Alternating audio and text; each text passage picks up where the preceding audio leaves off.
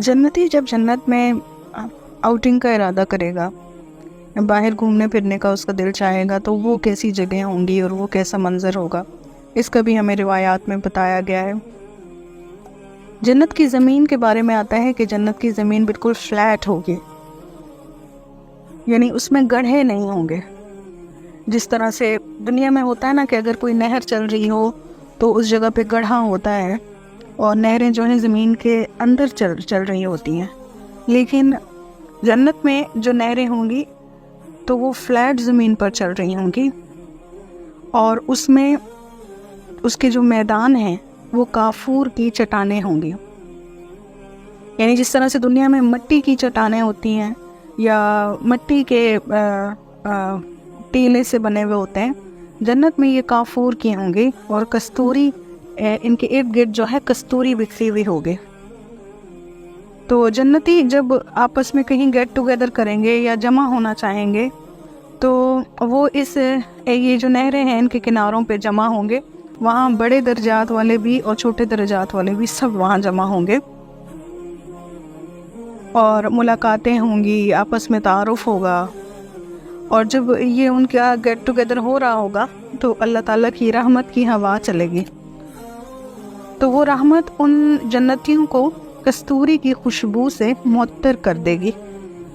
और फिर जब वो जन्नती वापस अपने घर में आएंगे तो उनके घर वाले उनसे कहेंगे, आप जब हमारे पास से गए थे तब भी आप बेहद हसीन और जमील थे, लेकिन अब जब आप वापस आए हैं तो आपका हुस्न कई गुना बढ़ गया है। सुभान अल्लाह। जन्नत नफीस, पाक, तैयब जगह का नाम है और इस जगह की एंट्री, यहाँ का पासपोर्ट जो है वो नेक आमाल है। साफ़ सुथरी पाकीज़ा ज़िंदगी, अपनी ज़िंदगी को गुनाहों की आलूदगी से बचाएं, नामहरमों की आलूदगी से बचाएं, बेपर्दगी से बचाएं, अपने आप को एक नीट एंड क्लीन रूह लेकर कोशिश करें हम अल्लाह ताला से मिलने जाएं।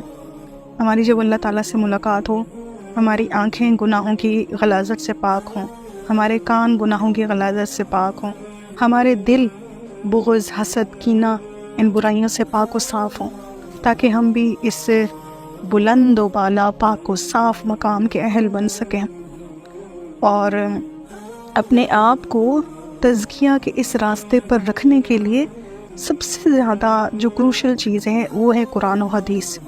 कुरान और हदीस के लेसन्स आपको डेली की बुनियाद पर कम से कम इतने तो लेने चाहिए कि जो आपको गुनाहों से रोकने का ज़रिया बन सकें और नेकी के कामों पे मोटिवेट करने के लिए आपको काफ़ी हो सकें। तो अपनी ज़िंदगी में, अपनी डेली लाइफ में थोड़ा सा टाइम इतना ज़रूर निकालें जिसमें आप कुछ ना कुछ अच्छी बात सीख सकें, कोई ना कोई बुरे अमल से आप अपने आप को रोक सकें। अल्लाह ताला हम सब को इस जन्नत में जमा फरमाए कि जिसका अर्ज़ ज़मीन व आसमान की चौड़ाई है और जिसकी वुसअतें लामहदूद हैं। आमीन सुभान।